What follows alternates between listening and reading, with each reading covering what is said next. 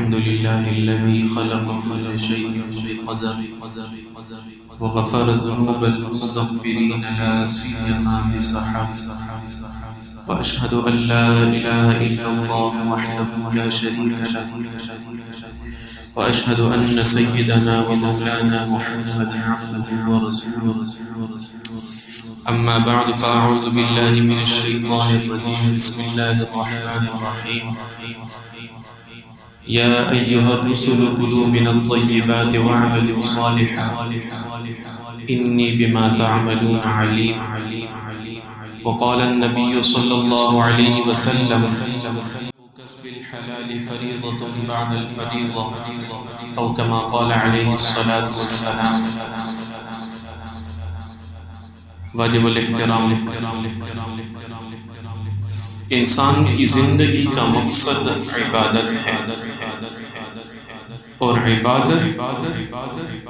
زندگی کے تمام شعبوں میں اللہ اور اللہ کے رسول کی اطاعت کا نام ہے، چاہے وہ انفرادی طور پر ہو یا اجتماعی طور پر ہو. دنیا کی زندگی کے کسی بھی شعبے میں ہو، اگر آپ زندگی اللہ اور اللہ کے رسول کی اطاعت کے مطابق گزاریں گے تو وہ زندگی آپ کی عبادت بن جائے گی. آپ کھانا کھا رہے ہیں، اگر سنت کے مطابق آپ کھاتے ہیں تو یہ عبادت ہے. آپ استنجا کر رہے ہیں، بیت الخلاء میں جا رہے ہیں، سنت کے مطابق آپ جائیں گے تو وہ بھی آپ کی عبادت ہے. اسی طرح زندگی کے ہر شعبے اگر وہ ہمارے اللہ اور اللہ کے رسول کی اطاعت کے مطابق ہو تو وہ اللہ رب العزت ہماری عبادت میں شمار فرماتے ہیں. اسی طرح حلال روزگار، اگر حلال روزگار ہم صحیح طریقے سے کمائیں تو یہ بھی عبادت ہے. طلب کسب الحلال فریضۃ بعد الفریضہ، کہ یہ جیسے نماز، روزہ، زکوٰۃ، حج، حقوق اللہ، حقوق العباد کے یہ سارے فرائض ہیں، اسی طرح حلال روزگار کمانا بھی یہ فرض ہے انسان کے. کیونکہ اللہ رب العزت نے فرمایا یا ایھا الرسل، دنیا کی جتنی بھی اہم شخصیات ہیں، انبیاء علیہ السلام جیسی شخصیات کو بھی اللہ نے فرمایا یا ایھا الرسل کلوا من الطیبات واعملوا صالحا، کہ اے رسولو کلوا من الطیبات، حلال اور پاک رزق کھاؤ، واعملوا صالحا، اور نیک اعمال کرو. کیونکہ یہ حلال کمائی اور نیک اعمال کا تعلق ہے. جب انسان حلال رزق کماتا ہے اور حلال رزق کھاتا ہے تو اس کا رجحان نیکی کی طرف بڑھے گا، اور اگر خدا نخواستہ اس کی کمائی حرام کی ہو، یہ کھاتا حرام ہو، پہنتا حرام ہو، اس کا اٹھنا بیٹھنا،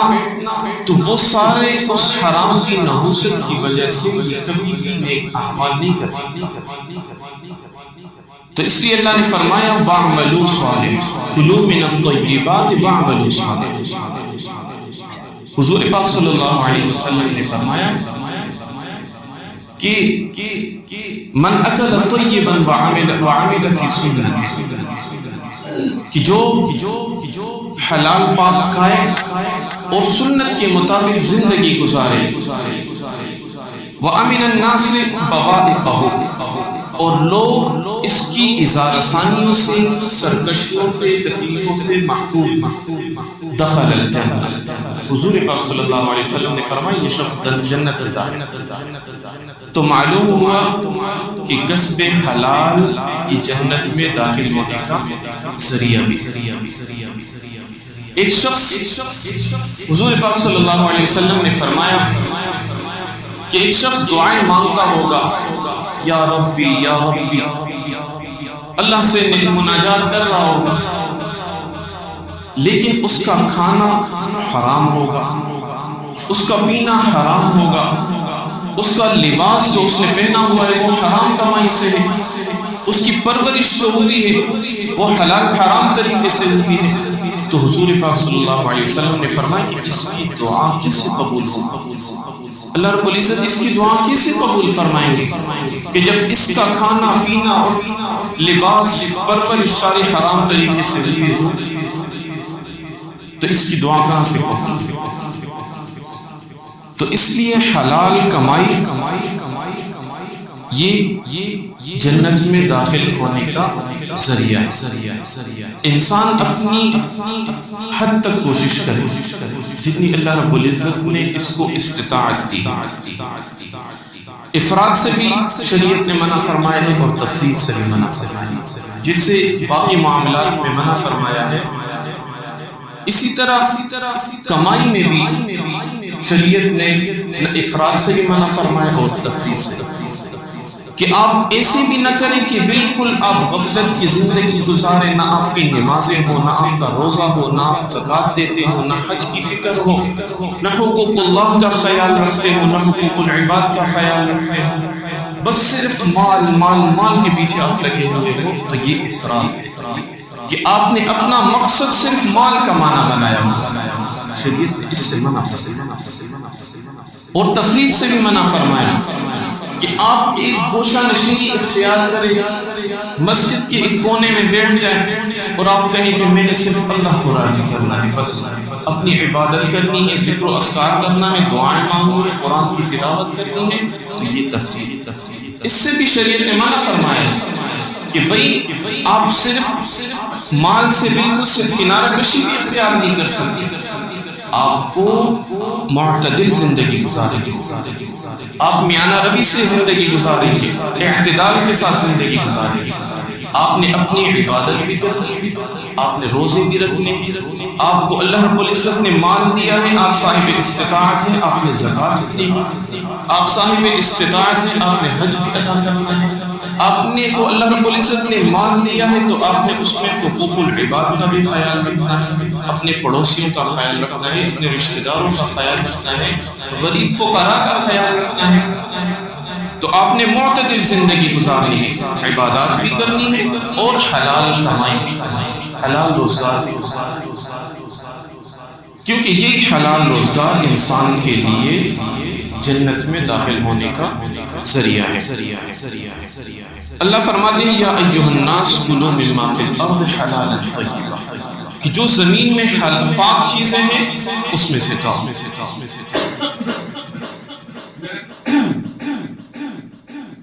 حضور پاک صلی اللہ علیہ وسلم نے فرمایا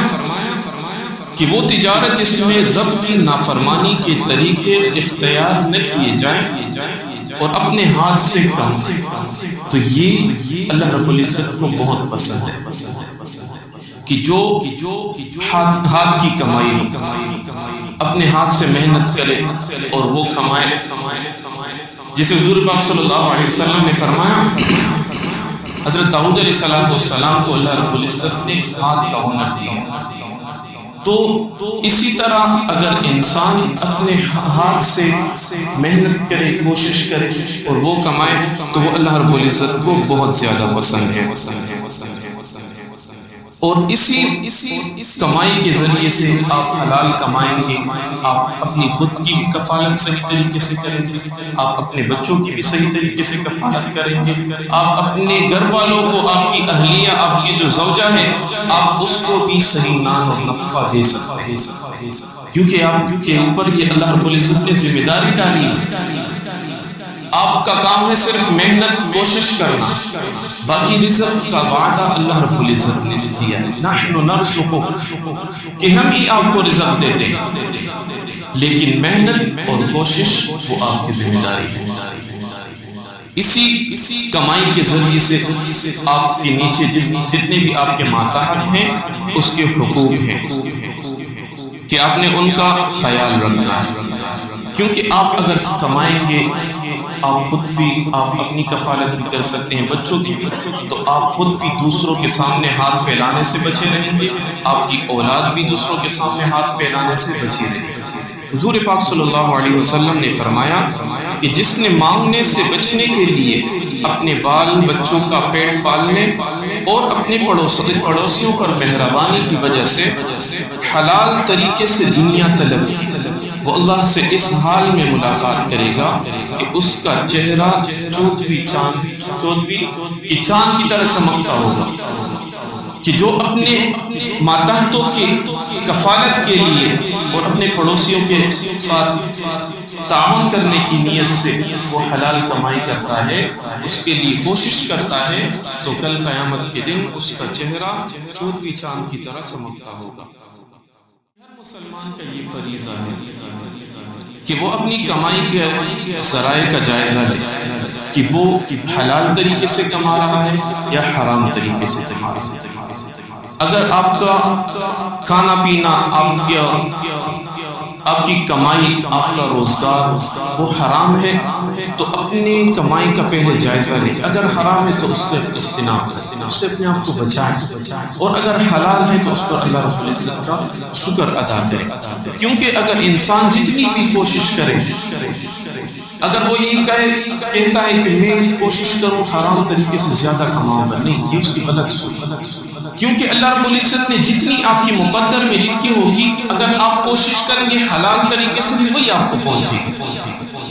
لیکن شیطان آپ کو حلال کی طرف نہیں لے جائے گا، وہ آپ کا ذہن بنائے گا کہ یہاں سے آپ کماؤ گے تو آپ کو زیادہ ملے گا۔ حدیث پاک میں آتا ہے کہ انسان اس وقت تک نہیں مر سکتا جب تک اس کو اس کی اپنی روزی نہ مل جائے، جو اس کا رزق لکھا ہوا ہے